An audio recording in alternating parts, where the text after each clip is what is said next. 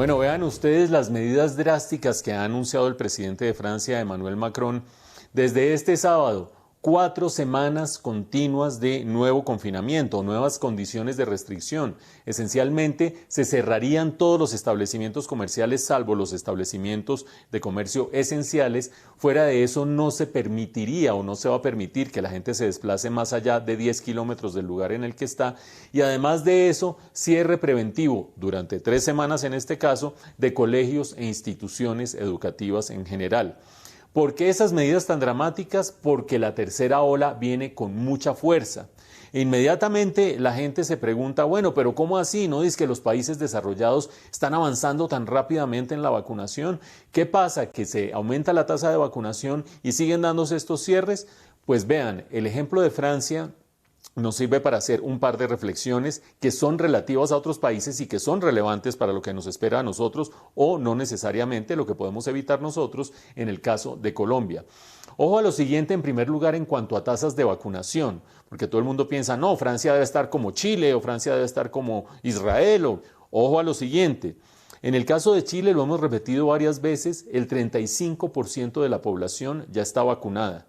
En el caso de Francia, el 11,7%.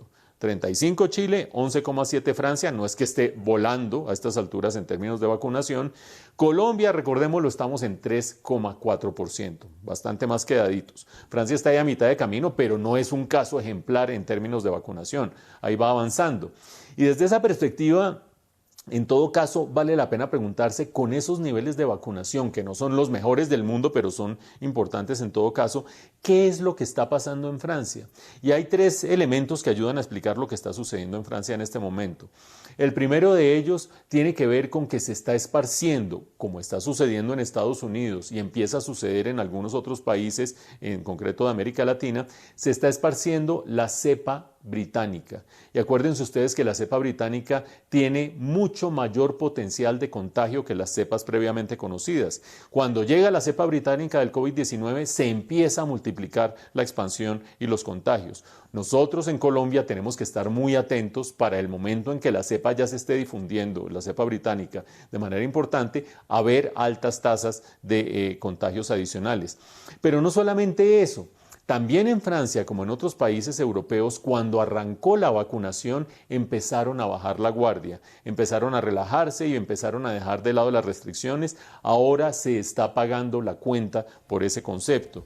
Y finalmente, en Francia, como en otros países del mundo, quizás salvo Israel a estas alturas solamente, todavía no se ha logrado la inmunidad del rebaño. Quizás Israel y Emiratos Árabes Unidos sean los únicos. Mientras no se logre la inmunidad del rebaño, uno puede decir que va fantásticamente en vacunación, que 2 millones de vacunas, que no sé qué, todavía es plenamente vulnerable. Ojo a estas últimas cifras en cuanto a qué tan lejos estamos nosotros de lograr la inmunidad del rebaño. En el caso de Francia, se calcula que se tardaría más o menos hasta el final del año, a la velocidad que va, en lograr esa inmunidad del rebaño. Y evidentemente, en esas condiciones, cuando uno no tiene inmunidad del rebaño garantizada, es tan vulnerable como puede ser cualquier otra comunidad y cualquier otra sociedad.